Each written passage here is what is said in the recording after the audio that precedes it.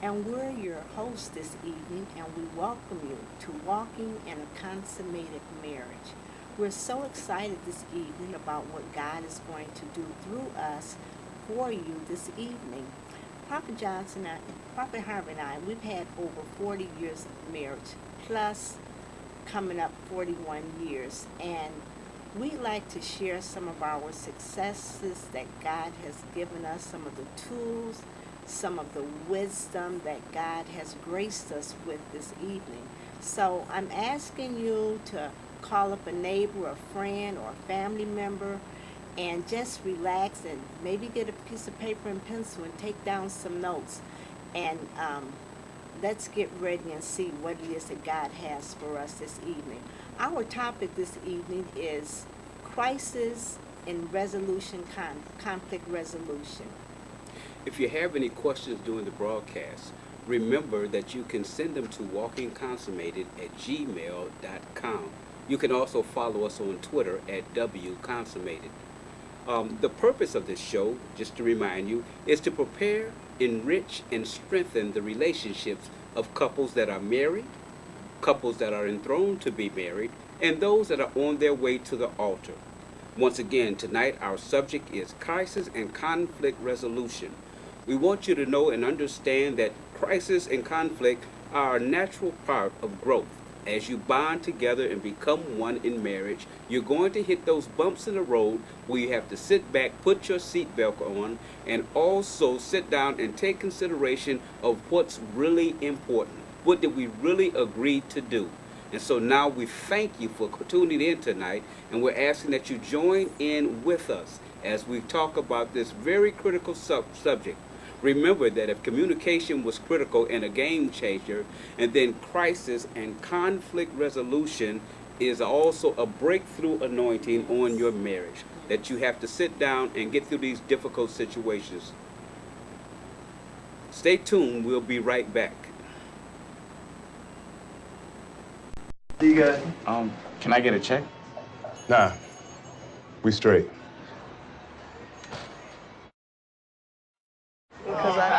Check it out. We about to go get twisted. Y'all coming or what? Nah, man, I gotta hit the books, man. All right? Yeah? See you guys? Can I get a check? Nah, we straight. Straight up sexy, or both? Discover your style at ShoeDazzle.com. Simply take our free style quiz and our expert stylists will create a customized collection just for you. Get personalized looks you love for a price you can't resist. Always $39.95 a pair. Get 20% off your first pair at ShoeDazzle.com. What's your style? Are you boho bold? Or classically chic? Flat out fearless? Straight up sexy, or both? Discover your style at ShoeDazzle.com. Simply take our free style quiz and our expert stylists will create a customized collection just for you. Get personalized looks you love for a price you can't resist. Always $39.95 a pair. Get 20% off your first pair at ShoeDazzle.com. I know that there are low-cost and even free screenings at some hospitals and clinics, and I've even heard of mobile mammogram units in some areas. Talk about service. Look, I know getting a screening is not as exciting as shopping, but life is for living. So take the first step to breast health. Get the mammogram. For more information, please visit breastcancerawareness.com. In our daily lives, we make many decisions. Life is made up of choices that may seem insignificant at the time, but add up and affect our lives in the biggest ways. Like the health of your heart. Heart disease is the #1 killer of women. Making the right choices can reduce your risk. Choose to see your doctor. Choose fresh, not fried. Choose to walk. Choose to live. Make the choice to beat heart disease at GoRedForWomen.org. In our daily life. Tide laundry detergent, Downy fabric softener, Bounce dryer sheets, and a pie pan. Looks like someone used my nice clean towels again for his mud pies. Was it me? Who's this? That guy? Never seen that guy in my life. Only Walmart has low prices every day on everything to keep your wash fresh and clean. Backed by our ad match guarantee. Welcome back. I'm Prophetess Charlotte. And I'm Prophet Harvey Johnson.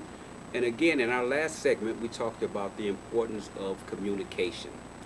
In any partnership, whether it be a business relationship, whether it be ministry, but especially in marriage, communication is key. We said last week that it could be a game changer. Well, equally as important as the aspect and place of agreements of areas of agreement is crisis and conflict resolution.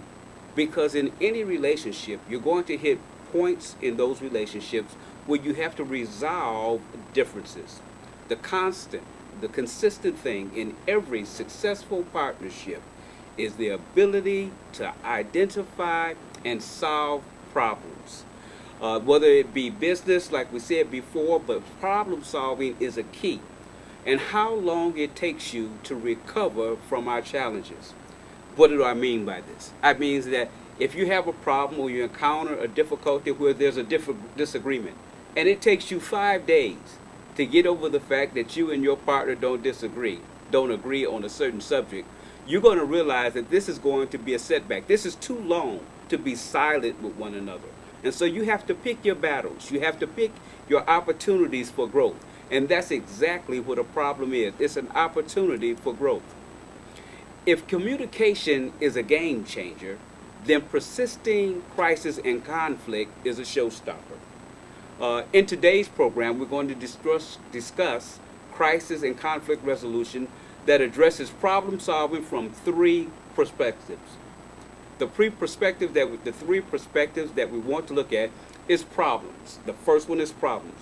Problems are any situation that a question arises, a matter involving uncertainty or doubt, which is actually a type of lack of faith. The second area we want to look at this is conflicts. Conflicts come into a place of disagreement or a contradictory place or in opposition. One aspect of conflict means collision. It means collision. It means to run head on. A lot of couples or some couples, when they get conflicts, they bump head over the answers, not looking for solutions, but looking to be right. Absolutely. Yeah, and so you don't want to necessarily be right all the time, and you can't determine winning an argument with your spouse or your partner to be a victory if you win all the time. One of the things I found out is not so necessarily about winning, but I've also found out that half of the information I need is in my wife. And so we have to find those places of agreement so that we can exchange the information and once again find that level ground that we can stand on. So I promise you that we're going to talk about it from three perspectives. The first perspective, of course, is problems. Yes. The second perspective is conflicts. The third perspective is critical, because this is the area of crisis. Crises arise when conflicts prevail. Crises arise when conflicts prevail. If a conflict persists or reoccurs over a period of time, when people working together have on a goal and they have different opinions, and these different opinions persist, it's going to carry them into crisis. We need to talk about our problems. Problems are a natural occurrence in life. If you live, you will have them. Oh yes, definitely. Conflicts occur when our problems are not detected or resolved. Conflicts can be a sign of growth, new potential. And when we're talking about growth and problem solving, that's all we're talking about. Problems are an opportunity for us to look inward, not to judge outwardly. Yes, and we're all going to have problems, just like Prophet Harvey said. But we have to know how to handle those problems.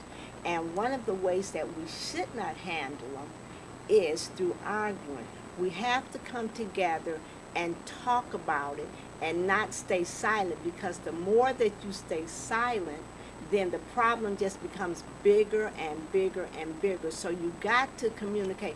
I know that sometimes that you cannot come together as soon as it happens, but if you can just get to yourself and just get some quiet time, which is what I used to do, or I do when there is a problem, and then we come together and we sit down and talk about it, because a lot of times if you talk about it and it's a real heated problem, yes, of course, an argument is going to happen. So you have to know when to choose your time to talk to your spouse or whoever you're in a relationship with.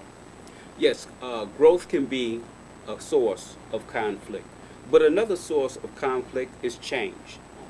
We talked about last week, we talked about communication. We're talking about catching the change as our partner grows and our partner develops and as they mature into new levels. Well, change creates sometimes conflict, because the thing that we have to do when change comes into our life individually, as a married couple, as a family, the thing that we have to do is search for our new normals. What's going to be the new level playing ground? What are going to be the new terms by which we communicate? As time favors us and blesses us to grow, as time favors us and God wants to advance us, and we have to leave one environment and go into another environment. I know one of the challenges for us in our marriage is when we relocated. We relocated from Detroit, Michigan to New York, to Westchester, New York. And when we got to New York, the first thing we had to find out is, where is everything located? Where do we go to get the clothes cleaned? Where do we go for the school situation? Who's the new friends for our children? Yes. And so all that has to be resolved, and before it can be resolved in our home, it has to be resolved in us. Yes. I know an area of change that me and Charlotte had to really work on is, what were we going to allow our children, our boys, to do? They were young teenagers, but we were in a new city. It was not like we could get on the phone and call my brother and find out where the boys were. If they went to another area, another neighborhood, we didn't know those neighborhoods. We didn't know those children that well, and we didn't know their parents. Well, if our children were going to grow as we were growing, we had to find a place, a new normal for how we were going to hold them accountable. Conflicts can arise from growth, they can arise from change, but they can also arise from new convictions. And sometimes change hurts sometimes. Sometimes change is not good. But you have to be able, as we said before, in communication, you have to be able to know when change has come. And after change, we are now talking about conviction. Well, if you're going to grow, and you're growing as an individual, one of the things that happens is the new levels of morality, new levels of commitment, new levels of priority. For instance, when you're younger, going out and maybe staying out or letting your children spend the night over a relative's house was okay. But as they become older and their circle of responsibility becomes tighter, you have to help them manage their own circle. And so when we get these new convictions on parenting, when parenting takes on a new place of criticality, when Mark and Andre, our sons, were growing into a new level of maturity, we had to have stronger convictions. Because in the times that they're growing up in, parents sometimes are more aware of the challenges and the dangers to their lives, but also the challenges and dangers to the family, which is a challenge and a danger to the marriage. And so we have to adjust our convictions. One of the things about growing in faith and growing in the spirit is that you have to come to a level where you have balance. You can't be so spiritually minded that you can't allow your children to grow up in new and natural environments. Listen, we're going to take a break and we'll be right back. We measure performance by touch, by sight, by sound. The Infinity M. By any measure, this is inspired performance. This is the way of infinity. I only had a couple drinks, I'm fine. Come on.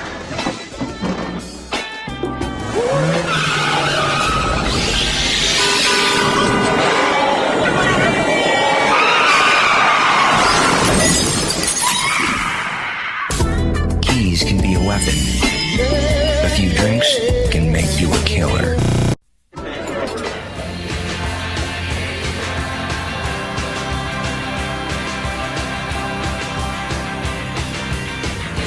one university understands how you live today and where you want to go tomorrow.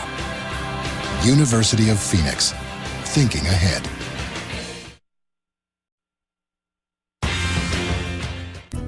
Choices. Some are minor, others life-changing. But what if your small choices matter the most, like the stairs or the elevator, baked or fried? What if these small choices determine if you'll be the 1 out of every 3 women who die of heart disease this year? These choices might not seem life-changing today, but women are dying of heart disease at the rate of almost 1 per minute. Luckily, it's mostly preventable. Choose to act. Our hearts, our choice. Make your choice at goredforwomen.org. Save money. Live better. Walmart. Tide laundry detergent, Downy fabric softener, Bounce dryer sheets, and a pie pan.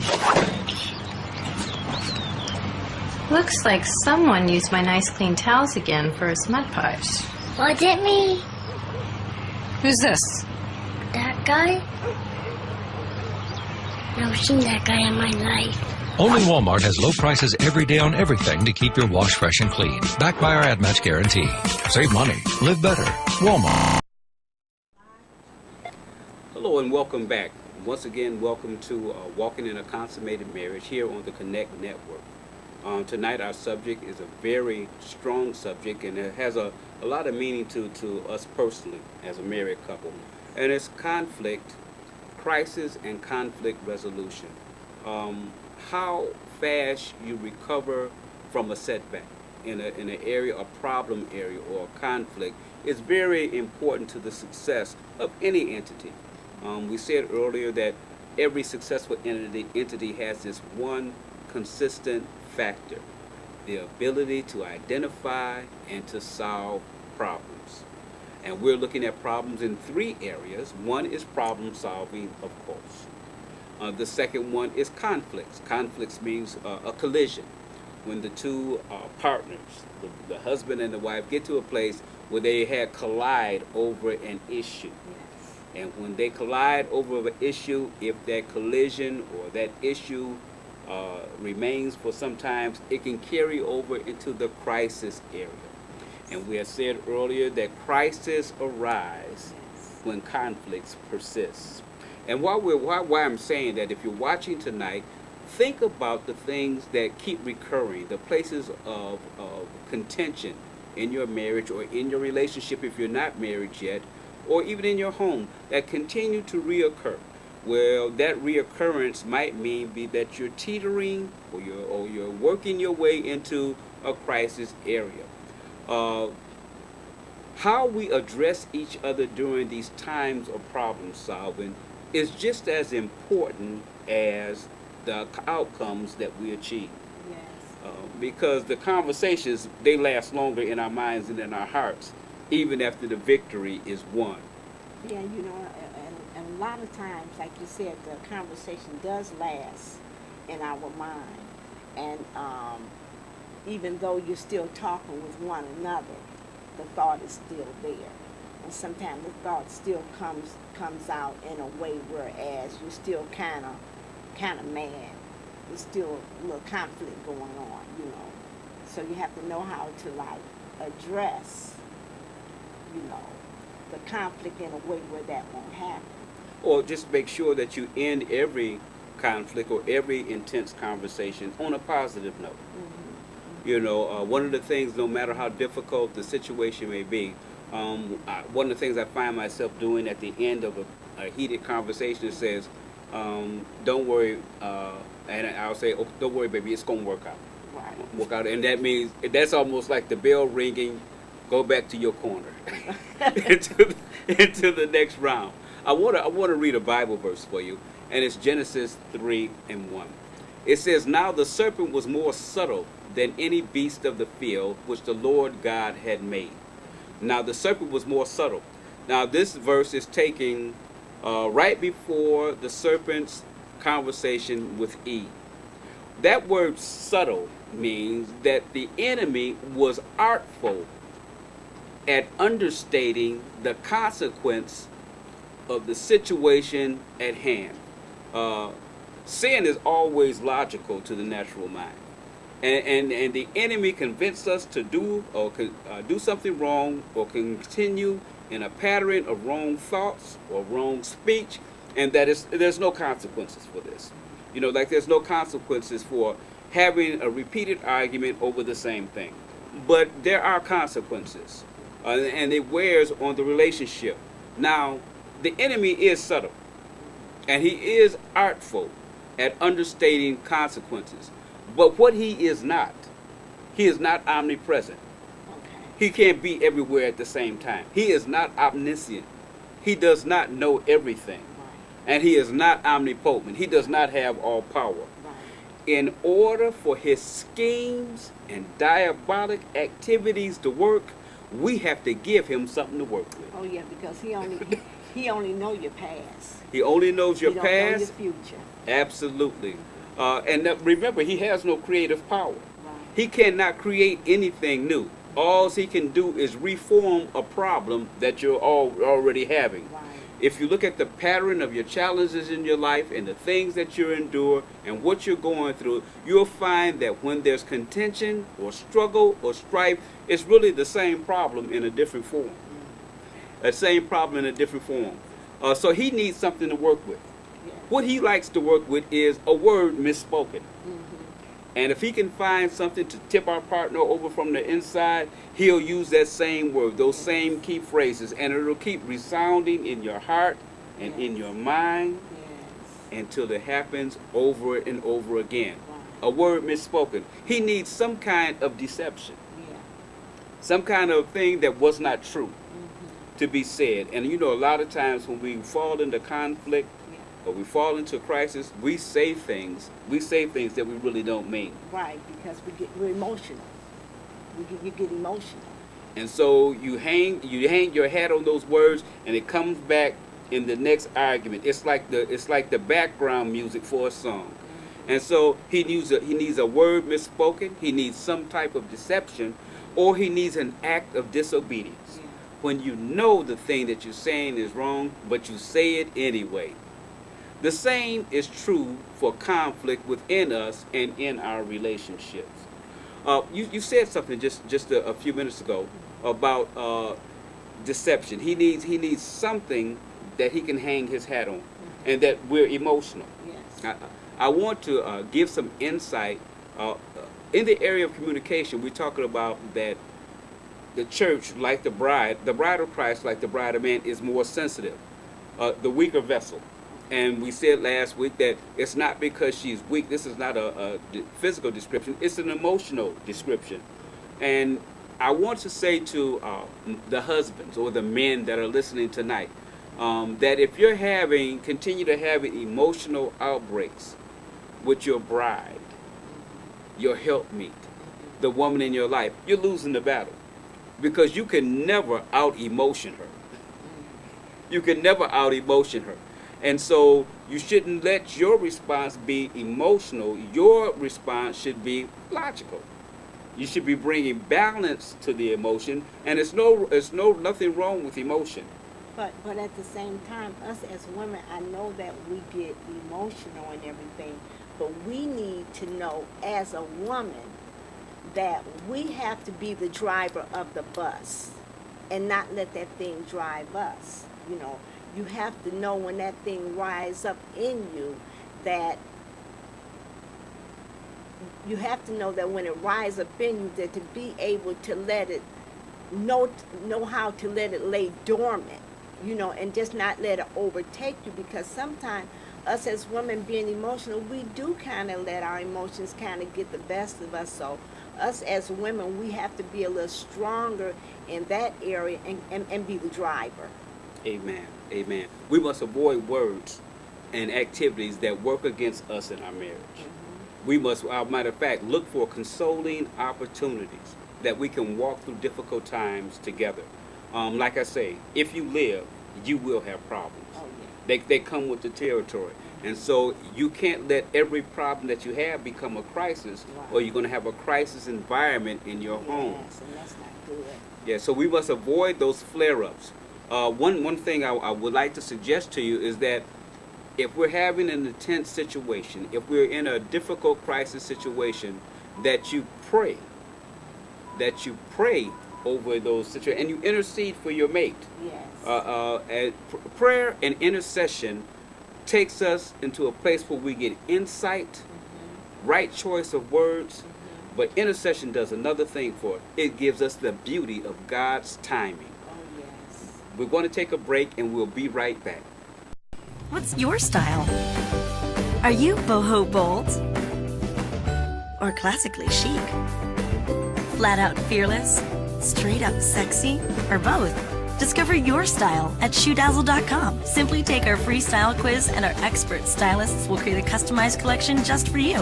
Get personalized looks you love for a price you can't resist. Always $39.95 a pair. Get 20% off your first pair at ShoeDazzle.com. Hi, I'm Venus Williams. You know, I heard recently that the two main reasons for not getting an annual mammogram are limited access and fear. I know that there are low-cost and even free screenings at some hospitals and clinics, and I've even heard of mobile mammogram units in some areas. Talk about service. Look, I know getting a screening is not as exciting as shopping, but life is for living. So take the first step to breast health. Get the mammogram. For more information, please visit breastcancerawareness.com. Hi, I'm Venus.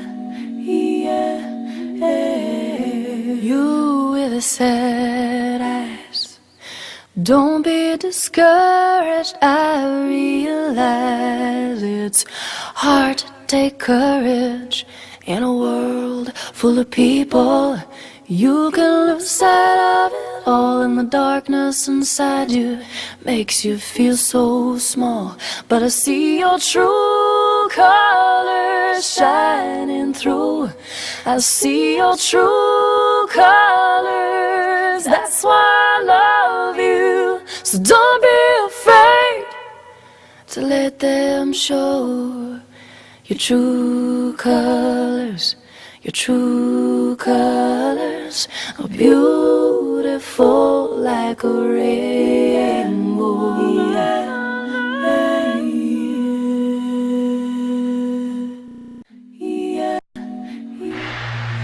How do you measure performance? Infinity measures it in beats per minute, in stitches per inch. We measure performance by touch, by sight, by sound. The Infinity M. By any measure, this is inspired performance. This is the way of infinity.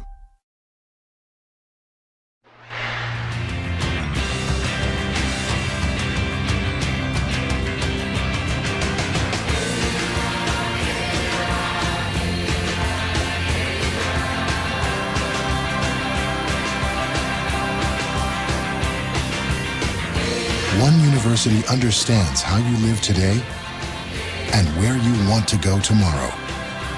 University of Phoenix, thinking ahead. Welcome back, and once again, I'm Prophetess Charlotte. And I'm Prophet Harvey Johnson. And you are in tune to Walking in a Consummated Marriage. When we left off on the break, we were made a comment about prayer and intercession for your partner. That it gives us three valuable tools. First of all, intercession for my mate, my wife, gives me insight. There are things that I say in my intercession that I would not ordinarily say because I'm getting the information from the intercessor, which is Christ. It gives us insight into our partner. And there's nothing more valuable than knowing your inner being or the inner soul of the person that you're married to or about to be married to or that you're walking in life together with. Insight. It gives us also right choice of words. How to make a point without creating a problem. How to say the words they say that a word fitly spoken are like apples of gold and a basin of silver. And so we want to have our words to be like a web with honey on it, a fishing net with honey on it, so that when we capture the problem, when we capture the crisis, that it will be so sweet that the victory will be so sweet that we look forward to the way that we handle problems, not necessarily having the problems again. Prayer and intercession gives us insight. It gives us right choice of words. But the third thing that it blesses us with is timing. If you can catch the conversation or make the comment or have the conversation at the right time, you can destroy it and put it in its rightful place. And so that way it says, give no room for the enemy. Give no room for the devil. You won't give your crisis a platform to stand on. So remember, prayer and intercession is important. Yes. Also, ladies, intercession plays a big part in your marriage. It's just like covering your husband. I'm always praying for Prophet. I get up at 3 in the morning, I pray for him. Even the negative things that I may see in our marriage, I will take that to God in intercession, and as well as the positive. And intercession, like Prophet said, when you're speaking in intercession to God, that is a whole different conversation than what you would be even having with your spouse. You're able to really just pour out to God on situations in your marriage as far as communication, conflict resolution, or any area that you may need to go to God for. So I think the intercession is very important. Now, I know that some of you think, you know what, I'm not even going to church regular like that. And I just understand that y'all talking from intercession, you all are prophets. Let me tell you, before we got saved, I prayed for my wife. You know what I mean? And so prayer is the access to something bigger than you are. And so God hears the prayers of all people. I can tell you tonight that if you've been praying about something, even though you haven't had a consistent or favorable relationship with God, he heard you. I can let you know that he heard you. I want to go to an area that I've really been, if I seem like I've been talking fast, I'm at an area now that is really on my heart to discuss with you tonight. I'm going to look at Genesis, the first 2 verses. First 2 verses of the Bible. If you're not a Bible student, all you got to do is open the Bible. This is the first 2 verses you read. In the beginning, God created the heaven and the earth. Verse 2, and says, the earth was without form and void, and darkness was upon the face of the deep. It closes out by saying, and the Spirit of God moved upon the face of the waters. Well, right after that next verse said, and God said. Spirit moved, God started talking. But I want to talk to you about formlessness, void, and being covered in darkness. Here, listen to this. Listen to this. The feelings of formlessness it means to be without a definitive design, to not have a frame on it, to not have any boundaries. That's what formlessness means. Feeling void is to be invalidated or without value. That means that you have been discounted or marginalized to the point where my words don't mean anything, my life is not accountable, I have no value. And so these 3 things that we're talking about are being formless, without form, and void, this devaluing process, and covered in darkness. Covered in darkness is not seeing any opportunity or options for change. Hopelessness. Now these are the 3 initial things that we see the enemy try to do to something that God did. To be without form, to be void, and to be covered in darkness. Let's take a look at these. These things occur when people take feeling formless. Feeling formless. This occurs when people take on the shape of the circumstances that they're in. This is very important. Like water takes on the shape of whatever you pour it into. If you pour it into a pitcher, it looks like the pitcher. If you pour it into a jelly jar, it looks like the jelly jar. If you put it in a bottle cap, it looks small. But if you put it in a bucket, it looks large. It's taking on the form of the situation it's been poured into. But the truth of the matter, in each of those circumstances, is still water. It still has the life-giving principles, all the qualities it was created for. In spite of the circumstances of the shape that it's in, it's still water. And no matter what circumstances your marriage takes you in, is still marriage. It still has all the qualities, all the purposes of the intent and the plan of God. It is the same in our relationships. They have all the potential that was there in the beginning. And by the Spirit of God, we must receive and speak the revealed truth for the conflict and crisis that we're dealing with or we're encountering. We must maintain focus on the plan of God, what He has for our life, what He told us in the beginning. You have to remember why you really fell in love in the first place. You have to take your heart back to that place. You have to store that initial feeling, that initial joy. You have to store that in a treasure chest. And you hide treasure from things and damage. Things that you really love, things that you really care about. You keep them in a safe place that nobody can get to. In my writings on keys to spiritual warfare, I disclose the 4 battlefields of our warfare: the inner man, the outer man, our relationships, and our destiny. Let me just talk about warfare in our relationships, including family and marriage. I was blessed with the understanding that the devil can't stop us. If he can't stop us or turn us around, he will try to turn us by what we love. If he can't stop a good husband from being a good husband, he will intervene or try to intercede or put himself in the middle of that relationship so he can turn me by what I love. Remember that if he can't stop you or turn you around, he's going to turn you around by what you love. There is no greater conflict than when you love someone and realize that the one that you love is broken or conflicted on the inside. There is no greater conflict than when you have conflict and you realize that the one that you love is broken and conflicted on the inside. The conflict of loving a spouse or even a child that is functional in certain levels and in certain areas, but in other levels and key situations, that person can't be dependent upon. And so that breaks our heart when our loved one can take us to so far. But once we push and God is growing us to a certain area, we come out and we realize and we come to the conclusion that in that area, our vessel of love, the person that we're connected to, is broken. Check this out.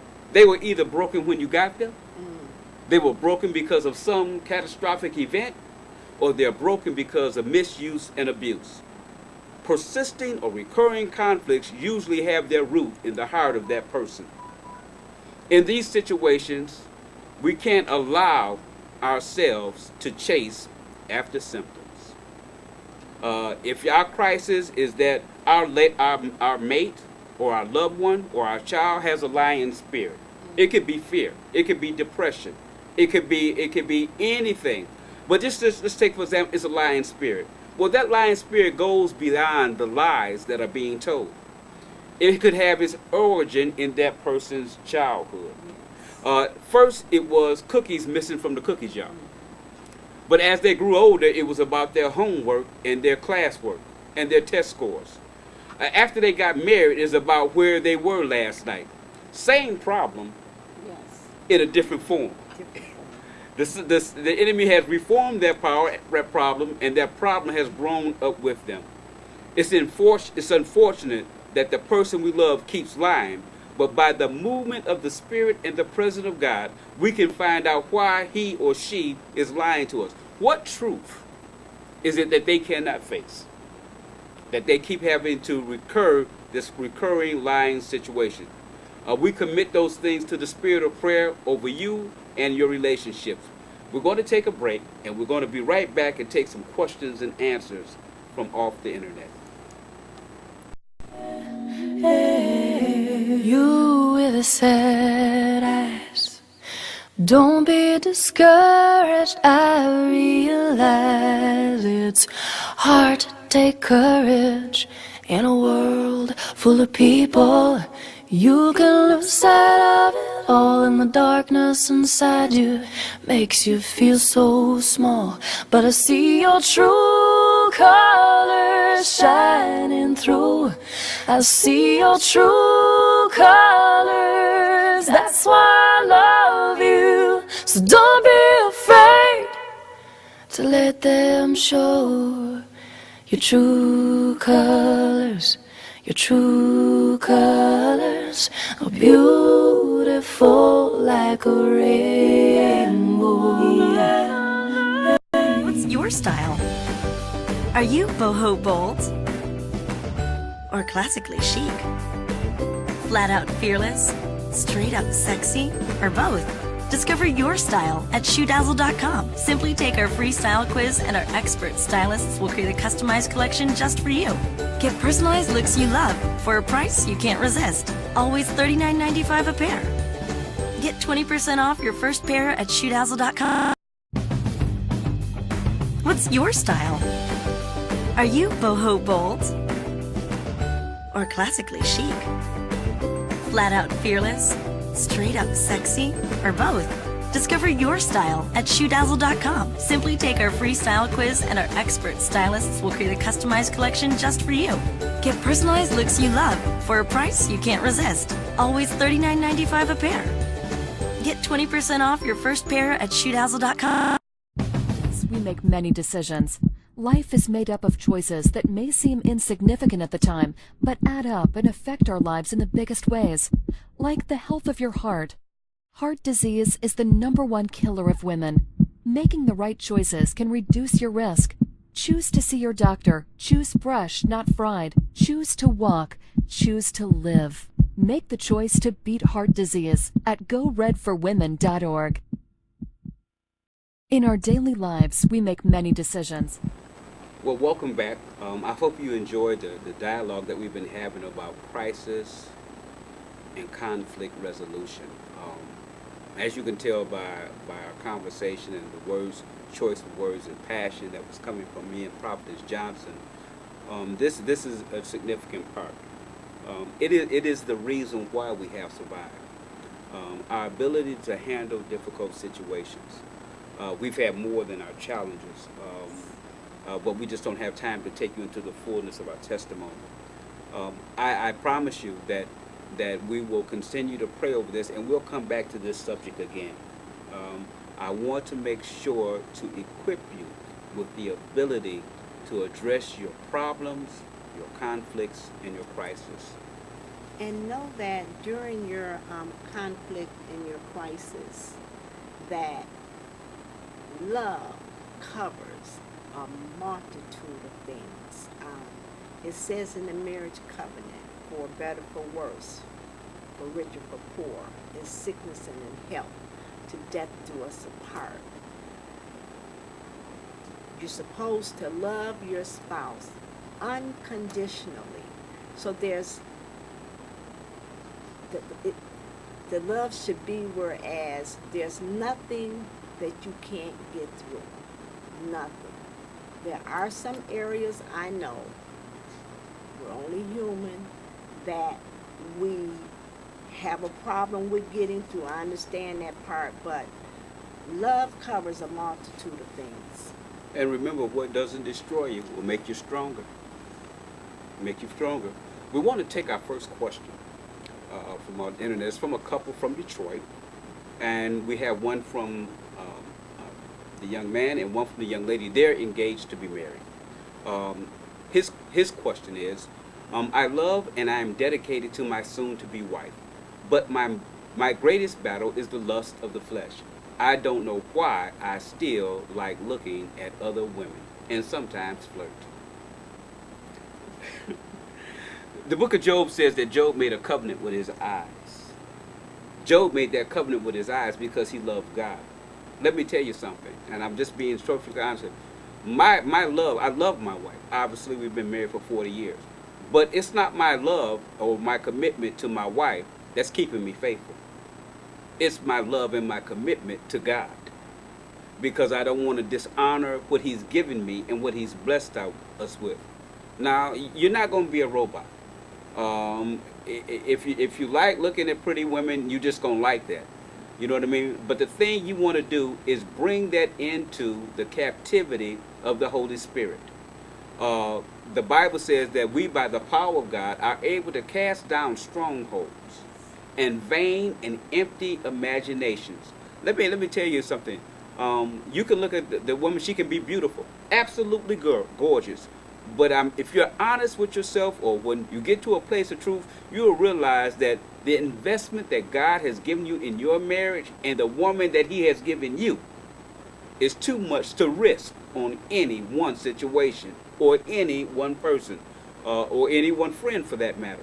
And so I'm telling my brother from Detroit that if you commit yourself to God, God will commit himself to you in order that you won't enter anything that will overtake you.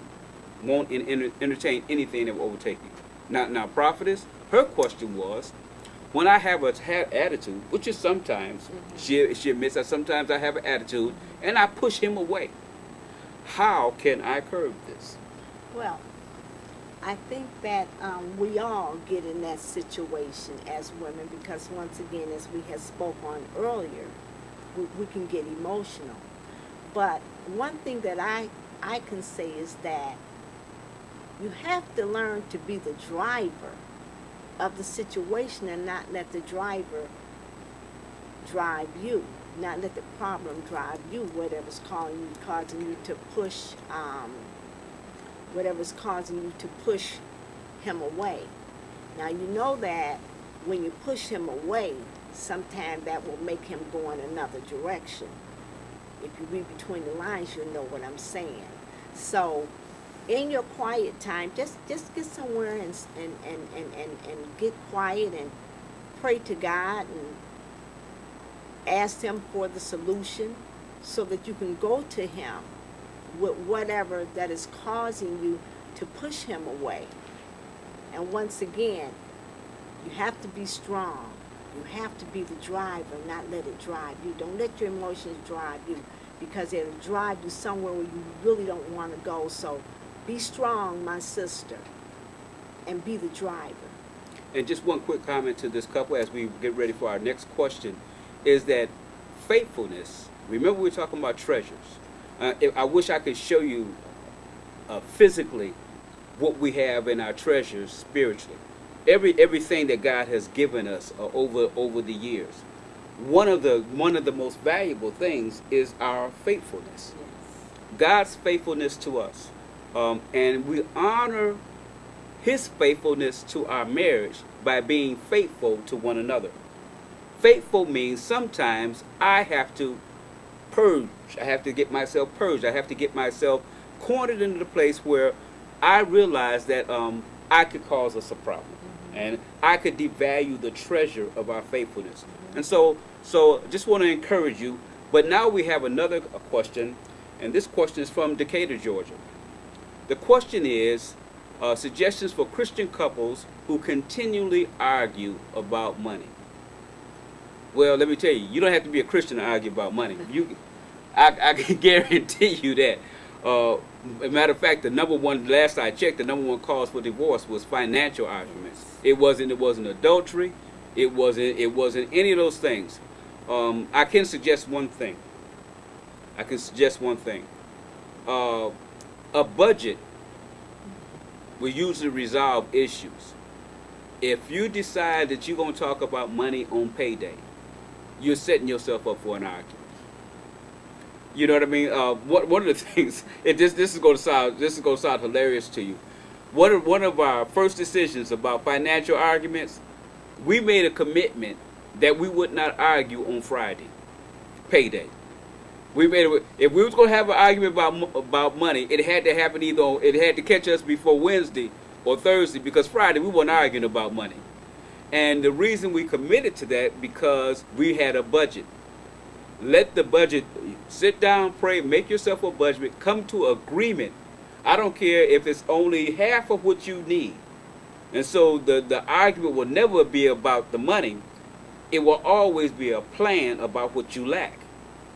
And because you can't make a plan for prosperity without addressing the honesty about what you lack. So do a budget, follow the budget, and as you're following the budget, make room for God to work. Yes. Make room for God to work in the areas that you have need. Consider this. How can God bless you with a lot if you're going to fuss over the little? If not enough is always taking you to the battlefield, how are you going to handle prosperity where you can actually cover up your disputes with money? Let me tell you something. Money is just expensive paint. You can paint over your disagreements with money, but pretty soon, what the argument is really about, what the dispute is really about, different values, different morals, different desires, different priorities. Pretty soon, that money is going to wear off, and the real problem is going to be shown. The second part of the question from Decatur is, how do you suggest a couple resolve conflict in the particular area of marriage when one spouse wants counseling and the other spouse does not? Well, first of all, I want to suggest to you a listening exercise. A lot of times when we argue, we argue because we feel like our opinion is not being heard. It's not being heard. And so I figure I have to contend. I have to argue more because you didn't hear me. And then you say, well, while I'm trying to take your point, you're not listening to me, and we can go back and forth. This is what you need to do. When I say I'm uncomfortable with going to a counselor because I don't want people to know our business. Okay. Charlotte then must repeat to me what she thinks she heard me say. Okay, so what do you think I just said? Did you say that you don't want to go to counseling because you don't want anyone to know our business?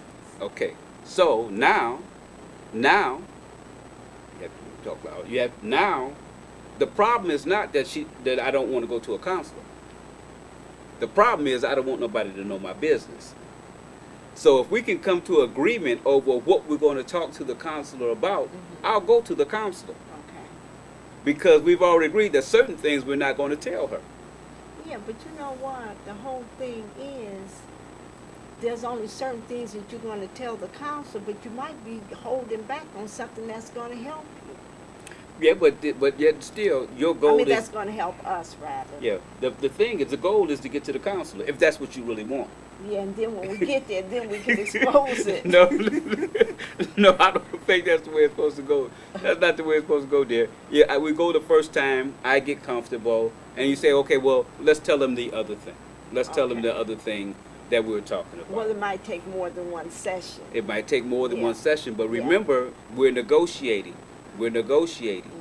And so when we're negotiating, the first thing I want to get in the negotiation is what I want off the table. What the wife wants off the table is to get to a counselor. Right. And if it takes promising not to talk about, you give me the list of things you don't want to talk about. What 3 things you don't want? I don't want to talk about our sex life. I don't want to talk about how much money I make. You know what I mean? And I don't want to talk about how we raise our children. Okay? So those 3 things are. And so now you give me 3 things we can talk about. You see? But that's what you would ask me. Okay, tell me what you want to talk about, but tell me what you want to talk about. Okay? I want to talk about how things have changed in our intimacy. Okay, I can agree on that. I'll go to a counselor and talk about our intimacy. Okay? And so that's one thing. And so if we can do that and make that agreement, then we can go and talk to the counselor. But see, you can see the process that we just went through, where we went through this negotiation process to get to the objective that the wife wants. She wants to go to a counselor. Listen, in marriage, in any relationship, you don't get what you deserve. You get what you negotiate. And so you must be willing to negotiate situations, or difficult situations, where they're win-win situations. We talked about earlier in our situation that you have to be able to come to a level and meet your mate. Listen, we're going to take a break and we'll be right back. How do you measure performance? Infinity measures it in beats per minute, in stitches per inch. We measure performance by touch, by sight, by sound. The Infinity M. By any measure, this is inspired performance. this is the way of infinity. Life is made up of choices that may seem insignificant at the time, but add up and affect our lives in the biggest ways, like the health of your heart. Heart disease is the #1 killer of women. Making the right choices can reduce your risk. Choose to see your doctor. Choose fresh, not fried. Choose to walk. Choose to live. Make the choice to beat heart disease at GoRedForWomen.org. What's your style? Are you boho bold? Or classically chic? Flat out fearless? Straight up sexy? Or both?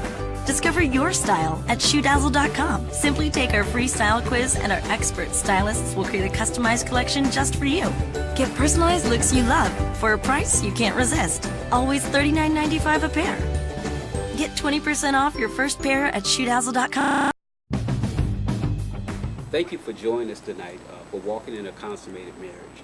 If you're in the Atlanta area and you're interested in becoming a part of our studio audience, or if you'd like to know more about our show, or to schedule a seminar, work, just send us an email at walkingconsummated@gmail.com. Also, you'll notice on the screen there's a donation button that helps keep this program on the air, on the internet, and help us to meet the goals that we have going into the future. We love you so much, and we bless you. We want you to join us again. Would you like to tell them a little bit about our seminars? Yes, we do offer seminars. Have to be a group of at least 10 couples or more. We also offer enrichment to couples that are getting married, or couples that are married and need a little bit more enrichment in their marriage in the Atlanta metro area. We also do seminars in the Georgia area as well as outside of the state. So if you would like for us to come into your area and do a seminar, just email us at walkingconsummated@gmail.com. And we thank you so much. And we want to pray over your marriages right now. We pray right now that the doors be opened up in your communication, that you can resolve every conflict, issue, and problem that is there right now. And I pray that the Lord will help you to understand that behind every crisis, behind every conflict, behind every problem, there is a breakthrough. There's something that the enemy is trying to keep from you. And if you can break through and get this situation resolved, and if you have a difficult situation, and I'm just reminding you now again, send your questions, your difficult situations to us by email at walkingconsummated@gmail.com. We love you, and we're looking forward to seeing you again on next week. Remember the donation button to help keep this program on the air. And remember, call up a friend, a family member, or a neighbor and tell them to tune in next Thursday at Connect Network at Walking in a Consummated Marriage. Remember, walk consummated. How do you measure performance? Infinity measures it in beats per minute, in stitches per inch. We measure performance by touch, by sight, by sound. The Infinity M. By any measure, this is inspired performance. This is the way of infinity.